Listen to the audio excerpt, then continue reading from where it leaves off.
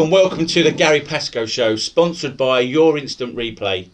Don't forget, if you want full match footage, highlights, just book your games with yourinstantreplay.co.uk. Their team will turn up, they've got all the top equipment for filming and you'll get everything the same day. Also, if you want any wall or floor tiling done, your bathrooms, kitchen extensions, you won't go far wrong with this company. You're the specialist stone, floor, porcelain and marble company. Just get in touch with them on 07943 734 937 and they'll give you a free estimate. So don't worry and get that done. Right, tonight's guest is Danny Bloor, the Eastbourne Borough Manager. Nice to see you, Danny. How are you? Yeah, good, Gary. Nice to see you as well too. Good, yeah. Thanks very much for joining me on my show tonight. Right, you must be a little bit disappointed the way the National League South none and void as you were sitting in the league, and you could have pushed on this season, couldn't you? Oh, who knows, Gary? It was a great season. I think you were at our first game of the season, that FA Cup game when we beat Dorking. We knocked Dorking out of the FA Cup. So it's been a great season. It's no good getting uptight about it now. What's happened's happened. Yep. You know, I've made a big point of not talking about the politics of it. Yep. I very much let David Blackmore, my chairman, and John Bonner, my CEO, do that. You know, it's disappointing, but that's done now. We have to reflect and look forward to the new season and perhaps have some reflection on last season. Yeah, I spoke to your chairman, Dave Blackmore, about it, and I think you're right. I think you could keep talking about it on and on and on. It's been done. Put it to bed and focus on next season. Absolutely. I mean, I think everyone realises there's been mistakes. I think the powers that be would realise there's been mistakes as well. But let's forget that now. Yeah. It's been bitterly disappointing. Because I know people like my own chairman, David Blackmore. I know people like my mate Mark White have put a lot of hard work, a lot of time, a lot of energy into it. But alas, it's not meant to be. Now we have to look ahead to the 21-22 season. Definitely. Well, talking about Eastbourne, you've been there now at the helm for 15 months. You've just signed a 1-year contract, which is brilliant extension. So well done on that one. So you must be really pleased the way it's working for you, the club. Yeah, I mean, it's actually, the contract's a little bit different to that, but that's by the by. But yeah, I mean, I'm all about the team, Gary. It's never about just me, the manager. I'm in a privileged position. It's a very good club. It's a unique club. And, I have a real good management team. Obviously, Sergio Torres, my assistant, Ben Austin used to be Eastbourne Borough's captain when they made the Conference League. Darren Teague, he's another coach of mine. I then got Sean Stewart, my goalkeeping coach, and my physio, Javier Smith. I feel he's the best physio in non-league football, and I think that's made. I think I've learned a lot. Like I think we're all still learning. I think having such a good physio has enabled us to not get as many injuries, and his rehabilitation has been fantastic as well. So yeah, it's been great for me. But my name's just at the top. Ultimately, I have to make the decisions. But there's no I in team, is there? It's about all of us. We agree on most things. We disagree on some. But at the end, it's about my team, my management team, and I couldn't be more pleased with them guys. And you've got a good backing by the board, obviously. Yeah, I mean, obviously, my football people I deal with most, as you know, is David Blackmore. Dave is, top guy. John Bonner, the CEO, and Gary Wilson as well, my friend, who was Eastbourne Borough's manager when they made the conference. Not many years back. I think it was about 10, 11 years ago. So yeah, I'm lucky. I've got good people around me, and I think for you to succeed in any aspect of life, you do have to have good people around you. Oh, 100%, yeah. So, like I said, the season when it stopped you in third place, unbeaten in 5 league games, but prior to that 3 seasons they just finished 18th. So what have you done different when you come to the table? What little bit of magic did you put on the table when you took over? Well, I think firstly we reduced the budget, and that was no secret. I think the club have made statements about it's probably Eastbourne's lowest budget for I think David said 10 years. So we knew what we were working with, and I think what we did is got everyone on the same side. When I took over, I felt 1 or 2 of the players perhaps weren't on the same ship as us, so we got everyone involved. We got and one of our players, I won't name him. He said he thinks it's the best changing room. This is a guy who's played in the Football League, incidentally. He thinks it's the best changing room he's ever been in. We have a unique way of working, myself and my management team. So yeah, I think we're just all in it together. And I think also, and the aspect goes out of it sometimes, you have to have some fun with it. And we've certainly had some fun this season. Yeah, that's definitely about having fun playing football, no doubt about it. So, and you had a great FA Cup run, didn't you? Obviously playing Blackpool at home, lost, but it's still what a run that must be. You must have had a lot of pleasure on that FA Cup run. Well, we touched on it earlier. When it started, when that draw came out, Eastbourne, as you previously said, had been at the wrong end of the table the previous season. When the draw came out, Eastbourne Borough away at Dorking, I shouldn't think many people gave us too much chance, but you was there that day, and I know we only won on penalties, but we missed 2 penalties in the actual game. Yes. And you said to me when you interviewed me afterwards, you thoroughly deserved to win anyway, and Mark said that as well. So we started off there, and then to play Blackpool, we made good friendships with the club, and albeit we lost 3-0, we competed against them. And when you look now, I think Blackpool went into a playoff position earlier this week. So Blackpool, real good people. Neil Critchley, the manager, big Colin Calderwood, the centre, former centre half, his assistant. So yeah, it was a real privilege to play a side like that. But let's make no mistake about it. On the day, they were better than us, and rightly so. That they progressed. But it was a great experience for Eastbourne Borough Football Club. And it was on. It was on telly, wasn't it? Yeah, it was live on BT Sport, so that was good. We had Jeff Brazier and the boys down at Priory Lane. So yeah, it was a real honour for Eastbourne Borough. Just the one shame is obviously no fans there, but everyone got behind it. We had pictures with faces in, people could pay and have their faces in the crowd, in the crowd as such. And yeah, no, it was a real good day, albeit the result wasn't what you wanted it to be. But it was always my ambition, Gaz, when I took over managing. I've managed for quite a number of years to reach the first round proper. And people used to say to me, "What was your ambition?" And it was always to reach and to be fair, to actually have done it this season. I feel very proud, and something in life when you have something you want to actually do it was nice. And not a lot of managers do it. There's one person I do know, he's gagging to get to a first round proper as a manager, but not many managers can do it, have they? No, as I say, it's the first time I've ever done it, and I think sometimes though it can be lost a little bit if you then draw a non-league club, isn't it? But to draw a side of the pedigree of Blackpool, former FA Cup winners, you look back, probably you'll remember when you was a kid, so Stanley Matthews and people a bit before my time, but a real pedigree club, Blackpool. It was certainly a great occasion for our club. And it's good for the players because I bet they got a buzz, and it gives them a little bit of spurt to kick on, doesn't it? Yeah, I mean, some people say, "Oh, the cups can destroy your leagues." I don't think that. I think you just want to try and do your best in every game. And no, our boys loved it. You were centre of them. There was a lot of media attention, a lot of photos taken, a lot of press, and the club so kindly got sponsors. We had shirts with our names on for the game. It was a real proper occasion and something I'd love to achieve again. Definitely, yeah. I talk about the players. I think you only used about 18 or 19 players during the 18 weeks of the season. I know like you said, you had a small budget, but a very small squad.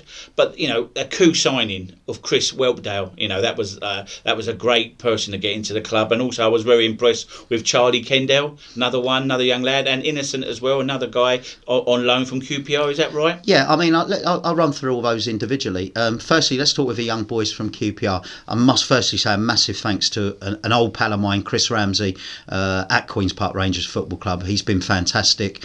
And Charlie Kendall actually played for Eastbourne Borough's kids teams when he was about 8 or 9. That's right. So there is a bit of history. Local lad. Yeah, so a local lad. And I always feel to have a loan player who wants to be there. Sometimes players get sent to clubs on loan and perhaps they don't really want to be there. But that was never the case with Charlie. He's still in touch all the time. And Charlie, I'll be pretty surprised if he doesn't play in the Football League. And Kai, Chris sent him to us. He played his first game for us in a pre-season friendly at Sutton, and he's just not looked back. The boy has got so much talent.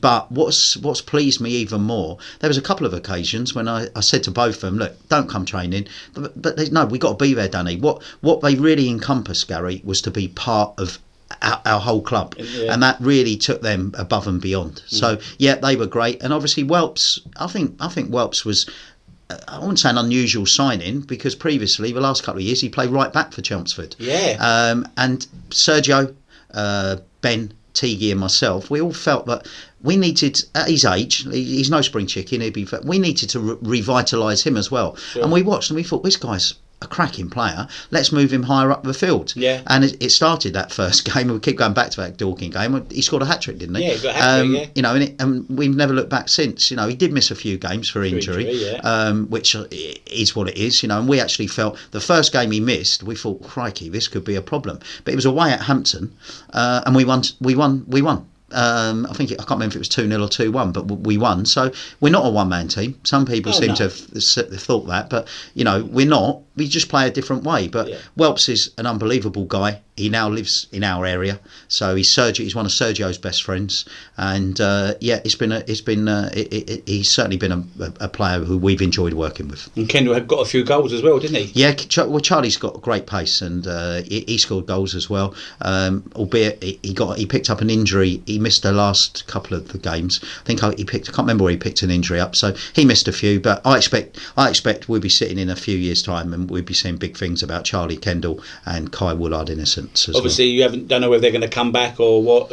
No, obviously QPR recalled them once our season was concluded. So yeah, listen, I'd be delighted to have them back, but we need to see us also, and this is where managers get it wrong. We need to know what's best for them, for their development. Our end goal, is for them to get where they need to be. Sure. However, if they go back to their club, we get the next Charlie Kendall, the next Kai. Yeah. Because we, as I've said, we don't have a big budget. We need to find players, we need to produce players, and by produce, one of our boys this week, Freddie Carter, he's gone to Gillingham. Yeah, I was mentioning. I've got another player, I'm not going to name him, he's on trial at a League One club this week. Yeah. So I find that it's a real hard one, because in one hand you're disappointed to lose people, but in the other hand we sold Harry Ransom to Millwall a couple of years ago. On the other hand, you're really proud, and I think what I was trying to allude to is Charlie and Kai go back to QPR, and they say, crikey, you want to get down to Eastbourne, you enjoy it, they're good people, and we can just have a conveyor belt, so that's how we've worked with them. Yeah, Freddie Carter. So, did he ever play for the first team? No, he trained with us a lot, and I really do believe in the second part of this season he would have done.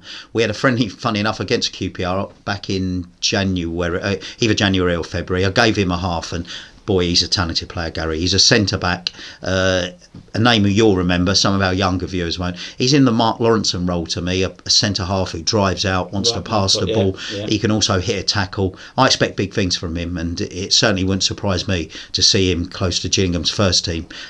He's only 17, but it wouldn't surprise me in the next 18 months to see him close to Gillingham's first team. So he's just signed as an under-23 player? No, he's signed a scholarship. He's signing, but he's gone there. So, but it wouldn't surprise me. I think he's got that much talent, the boy. Unfortunately, because of a situation, we don't get any money or anything for him. But that's just the way it is, But sometimes maybe a friendly. Well, maybe, but. I'm not sure you have friendlies against Steve Evans' team, so joking aside, Ian. But it's just the way it is. But we want people to see, if they come to us, we want them to progress. Yeah. So no, brilliant. No, and it's and also young people watching this today. It's good to get involved with a good club, and you never know what happens, do you? Absolutely. I think any youngster who's been with us, they perhaps haven't always played. We've had a lot of youngsters around all season, but they're treated in the right manner. We try and do our best to look after them, both on and off the field. And, it's good for them just being around the National South Side, because hopefully it will improve them in the long run. Definitely. So, as the season progressed, the 18 weeks, was there any matches, performances or player performances where you thought, wow, this could be the season for us? I obviously, if you ask me what was the game I enjoyed most, it was that game. I think it was the first Saturday in December when we beat Dartford, Steve's team, and it was at Priory Lane. It was the one and only time we had a crowd there. We beat them by 3-1. That was the game I enjoyed most. And to have listen, you can have these interviews with whether it's Mark White, Steve King, Ian Allison, whatever manager. It's not been the same, Gary, without fans. No. And it's non-league football is about fans, and it's not been great, but we had to get on and do what we had to do, as you say, for those 18 weeks. But that game was a bit special. In my opinion. And having Waterlooville away was a good win for you as well. Yeah, we got thrown the fixture at 48 hours notice. Oh, that's right. Yeah, and that was all a bit. You didn't want to take it, really, did you? But no, we never. It wasn't quite that. I mean, we were more than prepared to take it, but it was just how it happened, and we went there. We won 2-1, but I think perhaps we deserve to win by a greater scoreline. But listen, we're humble. We don't ever shout about what we're doing. We make no predictions. At the start of the season, our brief was just to stay in the league, and it'd be the same again next season. We don't want to get carried away. We are, we're Eastbourne, and that's the way we are. Yeah, I don't know whether you like this tag. you were a dark horse this season. No one really thought Eastbourne Borough would be up in the playoffs and playing as well as you did and pushing for promotion at the end of it. You're pushing for promotion, no doubt about it. And so hopefully you can carry that forward to next season. I think it's, I do like that tag. I like the dark horse tag, and I'm very pleased you're calling us that. It's nice. I think it's nice for us to be respected in that way. I'll tell you what I did find though, towards the latter part of the season, teams came to Priory Lane and gave us a bit more respect. Whereas in the past, I think people have always felt they've got a chance against Eastbourne. They came, they sat in a little bit. So yeah, that was quite interesting. But no, we won't make it. We would never. And I'm 51 now, so I'm a little. I'm not a spring chicken. I certainly would never make any statements what we'd be doing. We want to make sure our club's always there. We want to make sure we engage with the community, and we want to make sure our club have got a side that they know is always going to give the utmost commitment. Sure. So this season coming, obviously, I doubt very much if you would lose any players. Well, I'm going to interrupt you there. As I said previously, one of our key players is on loan on trial at a League One club. I'm not going to just name him yet because I understand. More, but yeah, if we lost him, that would be a blow. In all honesty, but if he goes, then we have to find someone else to replace him. So yeah, obviously you'll be looking will you be looking to bolster the squad? Oh yeah, I mean that's just I think at the start of every season, when you was a player yourself many years ago, when I was a player, you always look back. It's always nice to get a few fresh faces in. You change a few things around. There's a couple of local boys we're looking at. As I'd said previously, our changing room's really really important. Need to be very mindful. We don't bring any I suppose bad apples as they say. Yeah. We look to exploit the loan market again. So yeah, we'd be looking to do a little bit of ducking and diving. Sure, because you've got the likes of Whelpdale, Cox and Walker. They're all over 30 now, and they're getting on a little bit on the 3G. Does that affect any of your players, the 3G?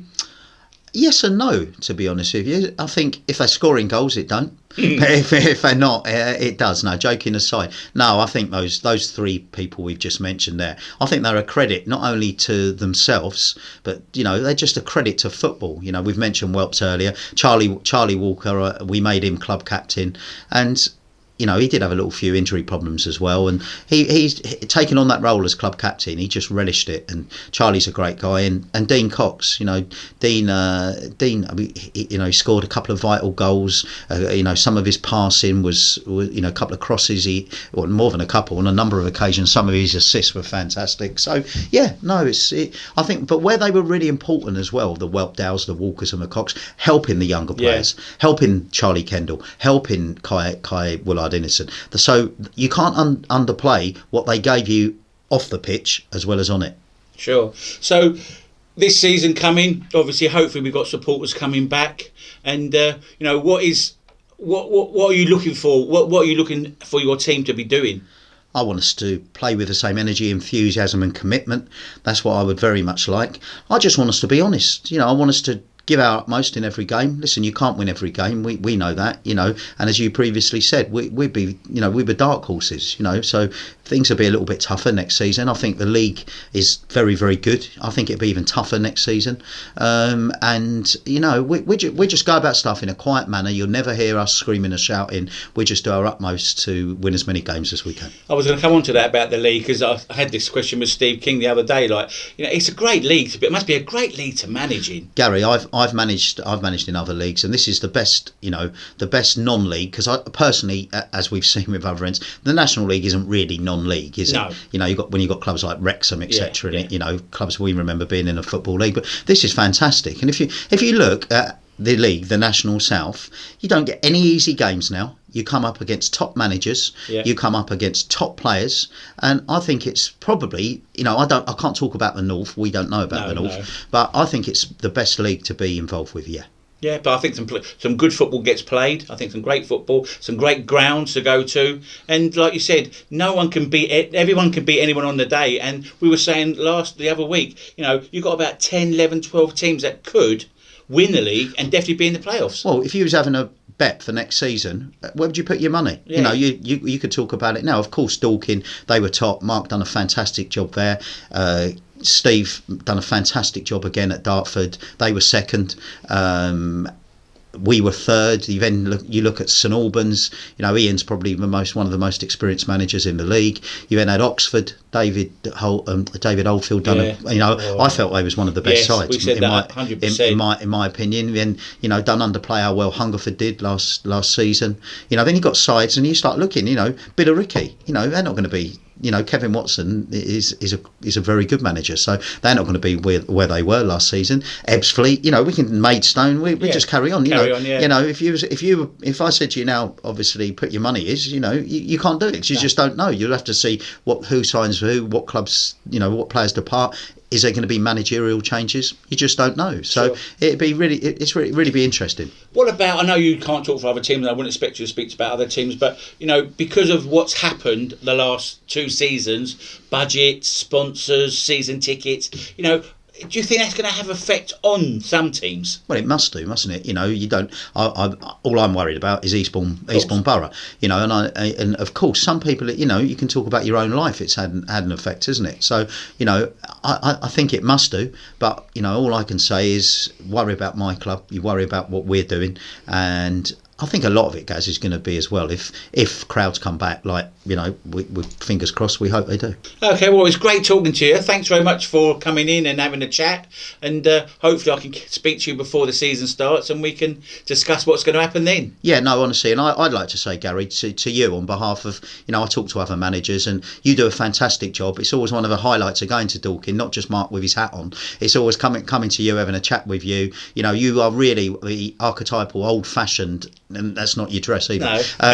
The archetypal old-fashioned non-league guy, and I think all of us it's a big thanks to what you do for non-league football as well. Well, thank you very much. But I must admit, like we were saying earlier before off air, non-league football this is what it's all about now. And you guys come in chatting to me, and I think it just brings everyone closer together. I think it does, but I think if it wasn't how you are with people, I'm not sure it would work. And I think how you are, everyone likes Gary Pascoe at Dorking. Everyone don't like other people. And I think how you sort of do it, and I think that really helps. And I think this is the show. I think everything is how all of us, whether you're Mark, Steve, Paul Dodswell, we all want the best for our league and our clubs, and I think programmes like this will only enhance that. That's kind. Do you think the supporters will come? Do you think it might be a little bit slow at the beginning, or do you think hopefully it just pick up and it just... I actually have a feeling that I think it might. I think when pubs reopen, I think everything could be like wildfire to start with. I actually have a feeling, or maybe I'm being optimistic. I think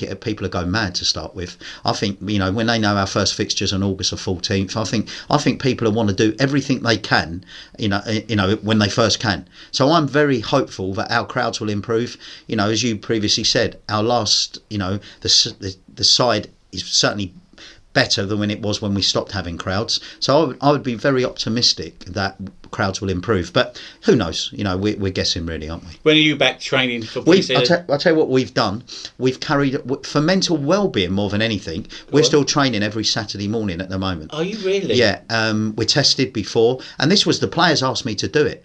Wow. Because they just... when you go from seeing someone on a Tuesday, Thursday and Saturday, just to turn that switch off, it can be. So at the moment we train, and they really are fun sessions. Yeah, it's not, we're not practicing to try and, beat Dartford or Dorking or Havant or something like that. These are just fun sessions. Everyone has a smile on their face. One of the sessions, it was Charlie Walker's birthday, so there's some donuts brought in. So we're just going to carry on having these fun sessions. We are tested before them. Of course, yeah. But there's, they're just fun sessions. So we're going to continue doing those during April, and then we'll obviously have May and June off, and then we'll come back probably, to be confirmed, but probably the first Tuesday in July or something like that. And then, the season's scheduled to start on Saturday, August the 14th. So that'd be it'd be good, wouldn't it? Because it was odd last season, that first game being an FA Cup game. Yeah, I mean, that was really. It wasn't the best, but we got on with it, didn't we? Yeah. That's what we'll be doing. Friendlies, any sort of friendlies out yet? I've got loads of bits and bobs that need to be sorting, but none that not concrete yet, because it's really hard. Because you want to speak to football league clubs, and a couple of favours that you're going to ask to be pulled in. You can't really, because we're only in March. We're only in March, yeah, so that's a bit tricky as well. Yeah, sure. So we look forward to it, and we'll be giving it our best and try and be very conscious of doing everything with a smile on your face, and an old friend of mine said to me, this was a guy who played a lot for his country, and he said to me, try not to be too down when you lose, and try not to be too up when you win. Try and keep a level play. I know it's very hard, your emotion. No, but that's the best information. Advice you can be given. And the information did actually come indirectly from Graham Taylor. And I think that's a real good thing, because we all get emotional on the side. You scream and shout, and you can all get really excited when you've won, and fist pumping and all that, and then you can get really down, and it's the end of the world when you lose. So try and have a level, and I think it's easier when you get a little bit older. Let's not beat about the bush. As you get a little bit older, and to just reiterate, when you've got real good people around you. No, I think that's the best advice. I've heard that many a time before. Don't get high and don't get low. Just get even kill and enjoy the moment. Yeah, it's tough though, isn't it? Because as I say, your emotions run high. For those 90 minutes, you're trying to, you're competing against the opposition manager. You're kicking every ball in some aspects for your players. You're trying to put into practice what has happened on the training ground with set pieces. But it's not always easy. But you have to try. Yeah, definitely. Well, once again, thanks very much for coming in. I really appreciate your time, Danny. And like I say, we'll catch up nearer when the season starts and have another chat. Yeah, be delighted to come in again, Gary. Thanks a lot. Well, thanks for listening to the Gary Pascoe Show. Like I said, listen out for any more interviews I'm going to do, and hope you enjoy the show. So it's good night from me.